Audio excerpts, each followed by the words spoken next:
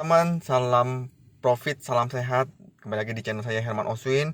Sebelumnya teman-teman bisa share, bisa subscribe, bisa like, bisa komen di ini. Saya mau berbagi tentang teknik bermain koin micin. Ya kalau teman-teman tahu biasanya main koin micin itu intinya memang harus siap hilang uangnya. Jangan berpikir main koin micin selalu untung, untung dan untung. Nah, teman-teman prinsipnya gini, kalau misalkan teman-teman dengan uang contoh misalkan 200.000 atau 500.000 atau 1 juta yang teman-teman minimal tuh bisa siap hilang, ya udah teman-teman bermain.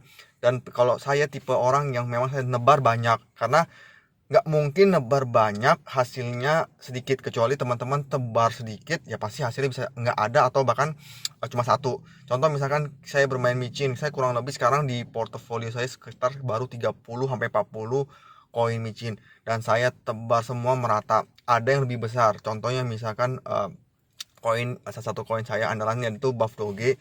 Saya sangat lumayan besar, dan dimana saya dulu bermain kecil, saya sudah take profit, akhirnya saya all in di sana semua, dan saya ambil semua modal dan untungnya. Jadi sebenarnya sekarang pun amit-amit sampai rakpul pun tidak masalah karena saya ambil kecil.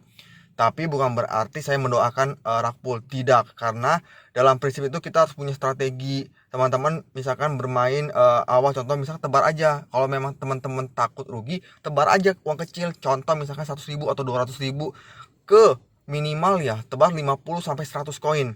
Nah, teman-teman bisa cek di mana, di Koin Hunt ya, atau teman-teman bisa lihat di apa namanya, Koin Sniper. Nah, itu teman-teman bisa lihat yang preset, teman-teman bisa beli, bisa riset sendiri, bisa dior sendiri.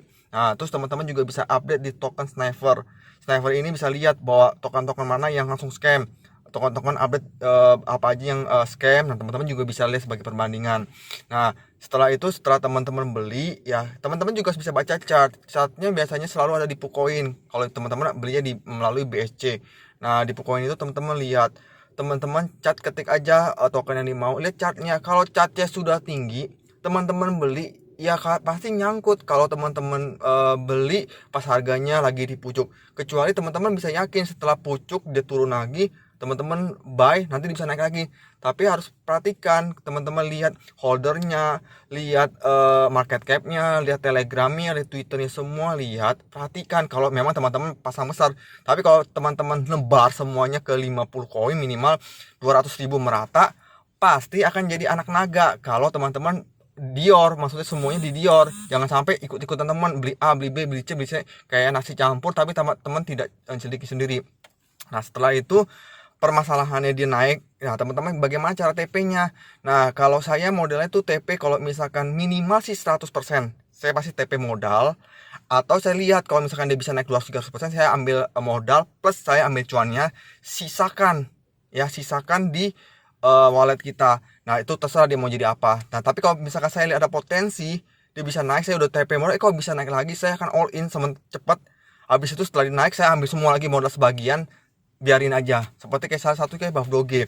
Kenapa saya bilang dalam 3 bulan saya bisa kalau TP semuanya bisa satu mobil, karena saya lihat saya main kecil, kemudian saya TP sebagian, pertama TP semuanya, kemudian TP sebagian. Nah, sekarang memang saya udah sebenarnya itu udah sisanya cuma cuan semua, karena saya yakin, maksudnya kalau developernya jujur, developer yang mengembangkan proyeknya dan selalu inovasi, itu akan berkembang.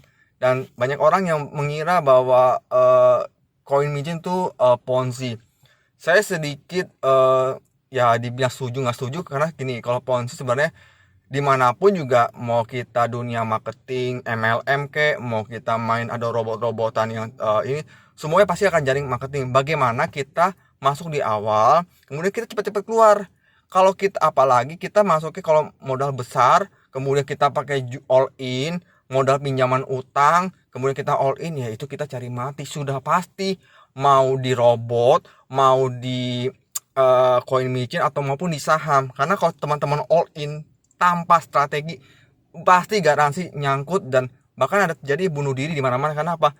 Tidak punya strategi, tidak punya teknik bermain micin atau bermain saham atau bermain apapun. Jadi teman-teman, saya infokan bahwa untuk bermain koin micin itu harus siap uang hilang. Kalau kita uang hilang 200.000, 500.000, kita sakit hati. Mendingan kita uangnya nabung di deposito, karena deposito aman. Nah, oleh karena itu nanti saya akan share tentang bagaimana bisa memilih koin-koin, atau saya akan mungkin bagi share juga selain koin atau kripto, saya akan berbagi tentang saham, kapan masuk atau kapan keluar.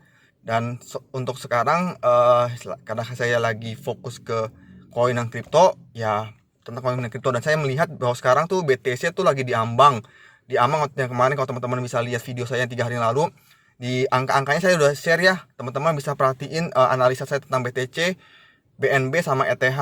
Jadi teman-teman bisa lihat kalau di situ jebol, yang buat teman-teman yang swing trading ya bisa TP sebagian untuk mengamankan profit.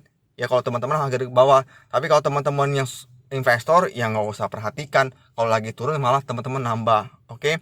Nah, sekian dari saya. Salam profit, salam sehat dari Herman Osin.